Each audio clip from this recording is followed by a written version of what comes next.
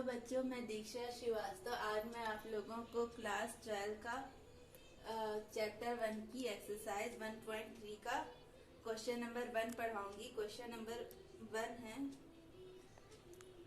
Late F such that 1 3 4 एक function है F जो सेट इस सेट से इस सेट में डिफाइन है, ठीक है। और एक दूसरा फंक्शन है जी जो इस सेट 1 2 5 से सेट 1 3 में डिफाइन है, ठीक है। और हमें दिया हुआ है f इज इक्वल टू 1 2 3 5 4 1 और g इज इक्वल टू दिया हुआ है हमें 1 3 2 3 5 1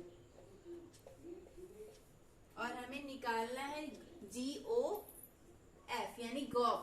गॉफ का मतलब होता है कि फंक्शन g में, यानी ये हमारा फंक्शन g है, यहाँ पे जो x है इसकी जगह हमें फंक्शन f का मान रखना रहता है, यानी x की जगह हम क्या रखेंगे, f ऑफ x, ठीक है। तो गॉफ में हम लोग यही करते हैं, ठीक है। तो पहले हम लोग f फंक्शन का मान निकाल लेते हैं, फिर g फंक्शन का। तो f1 का मान क्या हो जाएगा, 1 2 का मतलब क्या हुआ, f में जब इस फंक्शन में जब 1 रखेंगे तो आएगा 2। 3 5 का मतलब क्या हुआ, f में जब 3 रखेंगे तो आएगा 5।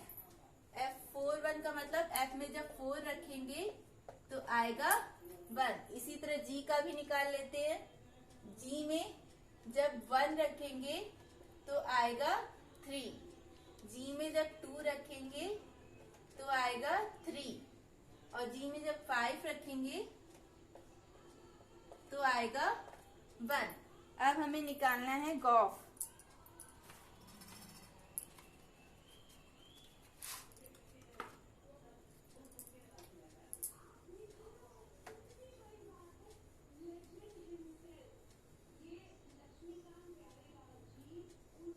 ठीक है, तो अब हमें निकालना है गॉफ।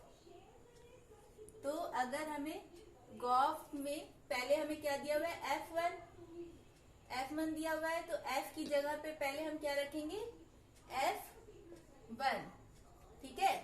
और तो क्या हो जाएगा, f1 का मान हमें क्या दिया हुआ है 2, तो यहाँ पे हो जाएगा g2।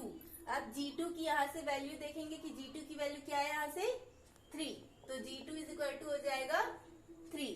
फिर दूसरे में यही हुआ हमारा गॉफ का मान, ठीक है। अब g, अब यहाँ पे दिया हुआ है f ऑफ 3 दिया हुआ है, तो यहाँ पे रखेंगे f ऑफ 3, ठीक है। अब f ऑफ 3 की वैल्यू 5 है, तो यहाँ पे रखेंगे g5। अब यहाँ से देखेंगे g5 की वैल्यू क्या दी हुई है, 1, तो g5 की वैल्यू हो जाएगी 1, ठीक है।